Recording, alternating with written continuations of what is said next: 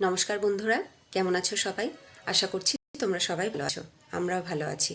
রমা মুম্বাই ব্লগে তোমাদের সবাইকে স্বাগত। আমার বাবা এখন একটু ভালো আছে, আগের থেকে ঠিক আছে, বাড়িতেই আছে এখন।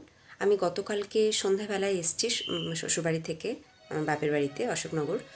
এখন বাপের বাড়িতেই আছি।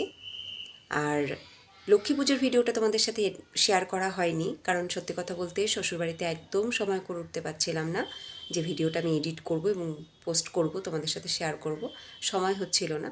তো আজকে আমি ভিডিওটা তোমাদের সাথে শেয়ার করব, তোমরা দেখো। ওখানে আমি লক্ষ্মী পুজো করেছি। আমার শাশুড়ি, ওনার পায়ে একটু সমস্যা হয়েছে, তো উনি কোনো কিছু করতে পারছিলেন না। আর কেউ নেই ওখানে কোনো কিছু করবার মতন, সমস্তটাই আমি করেছি। একদম বাজার করা থেকে শুরু করে ঘর পরিষ্কার করে সব গুছিয়ে, ঠাকুরের বাসনপত্র ধুয়ে, সমস্ত কিছু যেরকমটা আমাকে মুম্বাইতে তোমরা করতে দেখো, ঠিক সেই রকমটাই এখানেও কিন্তু সবটা আমি নিজের হাতে করেছি। তাই ছোট্ট করে আয়োজন করেছিলাম মা লক্ষ্মীর পুজোর জন্য, সেই ভিডিওই শেয়ার করছি তোমাদের সাথে। তোমরা দেখো এবং জানিও কেমন লাগলো।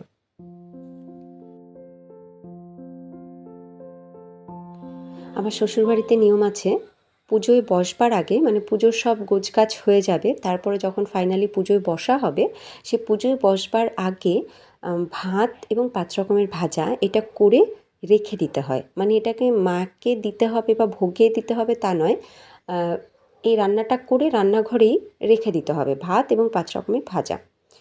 তো আমার ভাত তো হয়ে গেছে, এবার সেই 5 রকমের ভাজা আমি করে রাখছি। করেছি কুমড়ো ভাজা, আলু ভাজা, পটল ভাজা, বেগুন ভাজা আর ভেন্ডি ভাজা, এই করে রাখলাম। এইবার গিয়ে আমি পুজোয় বসবো।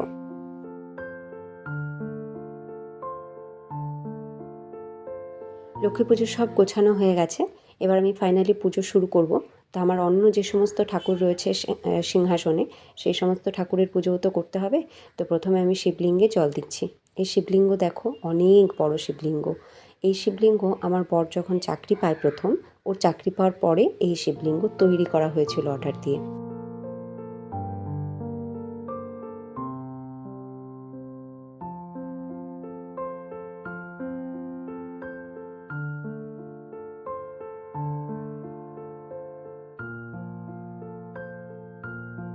এইবার মা লক্ষ্মীর পুজো আমি শুরু করব। আমাদের ব্রাহ্মণ দিয়ে পুজো করায় না, নিজেকেই মানে ঘরের বউকে পাঁচালি পরে পুজো করতে হয়। তো আমিও পাঁচালি পরেই পুজো করব। সমস্ত কিছু গুছিয়ে নিয়েছি।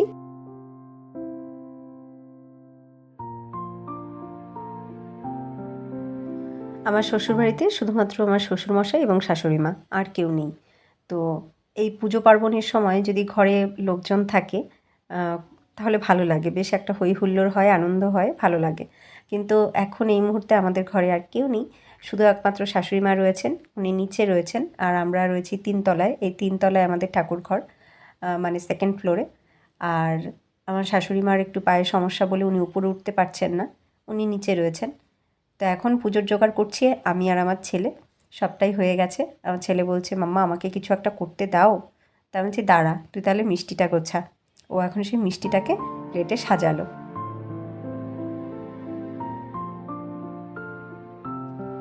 আমি এবার এখানে আর কোনো কিছু নিজের হাতে বানাইনি, এগুলো সবই কিনে এনেছি। এখানে সবই কিনতে পাওয়া যায়।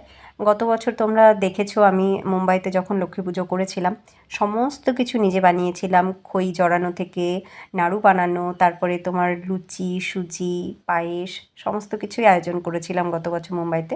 কিন্তু এখানে আর আমি সেসব কিছুই করে উঠতে পারলাম না, তো আমি সবটাই কিনে এনেছি। এই দেখো 2 রকমের খই জড়ানো কিনে এনেছি, মোয়া, নাড়ু এনেছি 2 রকমের, তিলের নাড়ু এবং নারকেল নাড়ু।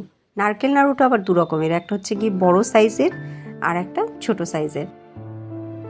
লক্ষ্মী পুজোর সময় নিজের হাতে সব কিছু বানিয়ে ঠাকুরকে দেব, তার মজাই আলাদা, তার শান্তিই আলাদা। কিন্তু এখানে সেটা আর আমার সম্ভব হলো না। তার কারণ হচ্ছে আমার পুরো ঘরের সমস্ত কাজটা নিজেকেই করতে হচ্ছে। সমস্ত পরিষ্কার করা, গোছগাছ করা সবটাই নিজেকেই করতে হচ্ছে। এই 3 তলা থেকে একদম নিচে পর্যন্ত সমস্ত ঘর ঝাড় দেওয়া, পরিষ্কার করা, মোছা, তারপরে অন্য কাজকর্ম করা, সবটাই তো নিজেই করছি। তো একদম সময় করে উঠতে পারছি না। আর এরকম উপর নিচ করার তো অভ্যাস নেই, আর এখানে বারবার করে উপর নিচ করতে হচ্ছে বলে সত্যি টায়ার্ড হয়ে যাচ্ছি। আমার বর যদি এখানে থাকতো তাহলে আমার এত কষ্ট হতো না, ও অনেকটাই আমাকে হেল্প করে।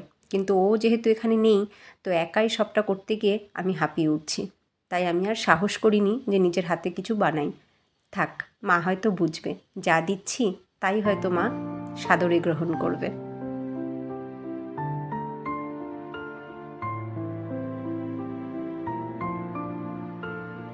শ্বশুরমশাই দুটো শাড়ি এনেছেন, যে একটা আমার জন্য, একটা শাশুড়ি মায়ের জন্য। তো মায়ের যেটা পছন্দ মা সেটা রেখেছে, আর যেটা ছিল সেটা আমি নিয়েছি। একই রকমের দুটো শাড়ি, শুধু রং আলাদা। তো এই যে যেটা আমি পরে আছি, এই শাড়িটা মাই বলল তাহলে নতুন শাড়ি পরেই পুজো দাও। তাই আমি এই নতুন শাড়িটা পরেই আজকে পুজো দিচ্ছি। নতুন শাড়িটা পরে খুব কষ্ট হচ্ছে, বাপরে প্রচণ্ড ঘেমে গেছি গরমে। উপরে ফ্যানটা রয়েছে কিন্তু ফ্যান চালাতে পারছি না, তাহলে প্রদীপটা নিভে যাবে। আর এই শাড়ি হচ্ছে ওই হাড় জামদানি শাড়ি। তো এই হাড় জামদানিগুলো সত্যি প্রচণ্ড খড়খড়ে আর ভীষণই গরম লাগছে।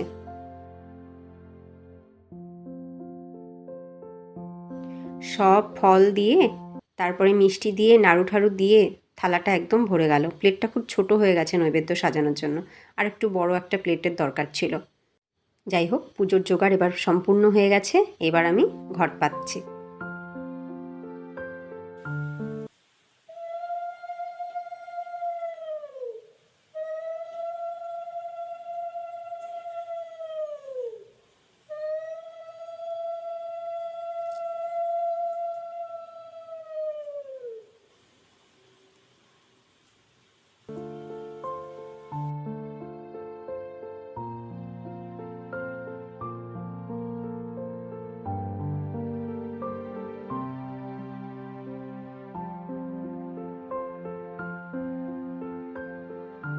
পাঁচালি পরে পুজো আমি সম্পন্ন করলাম।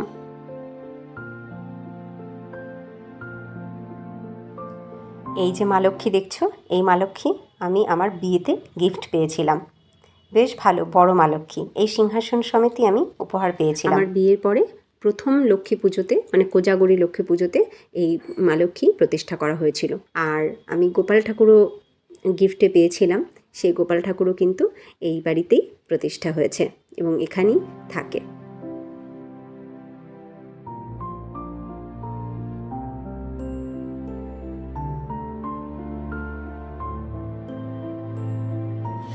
হয়ে গেছে আমার পুজো দেওয়া। পুজো তো কমপ্লিট করলাম। আমার বর যদি এখানে থাকতো আমাদের আরও বেশি আনন্দ হতো, আরও বেশি ভালো লাগতো। যাই হোক, আমি আর আমার ছেলেই পুজোতে ছিলাম। এইবার নিচে যাব। নিচে মা একা রয়েছে। লক্ষ্মী পুজো শেষ হওয়ার পরেও আরও কয়েকটা নিয়ম রয়েছে আমাদের, সেগুলো তোমাদের সাথে শেয়ার করবো, চলো।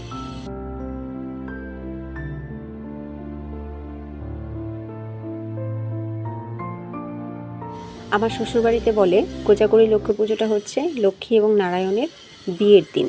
তো এই দিন আনন্দ করতে হয়, ঘরবাড়ি আলো দিয়ে সাজাতে হয়। তো আমাদের নিয়ম আছে মোমবাতি জ্বালাতে হয়, যেমন আমরা দিওয়ালিতে জ্বালাই ঠিক সেই রকম, আর বাজিও ফাটাতে হয়। তো আমরা সেই বাজি পোড়াচ্ছি তিনজনে মিলে, আর মোমো জ্বালিয়েছি।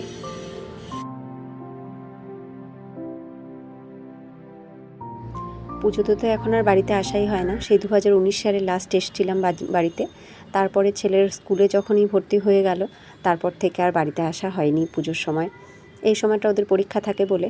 তো যাই হোক, লক্ষ্মী পুজোতে মানে আমার শ্বশুরবাড়িতে বোধহয় আমি এর আগে 2 বছর ছিলাম, আর এই নিয়ে 3য় বছর।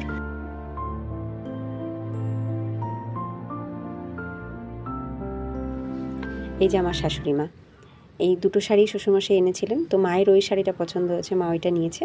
তারপরে এটা ছিল, এটা আমি নিলাম, আমি পরলাম। এইবার এসছি প্রসাদ নিতে।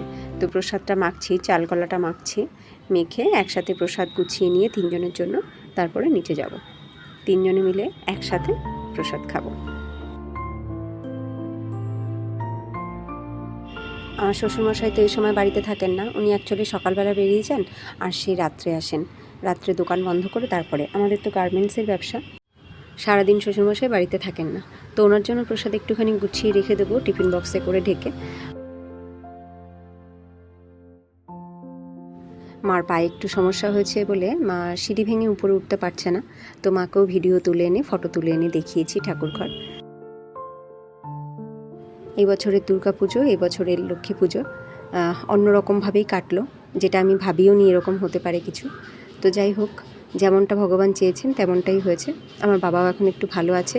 আর এইভাবে এখানে এসেছিলাম বলে হয়তো আমার বাবাকেও দেখা হলো, সবার সাথেই দেখা হলো।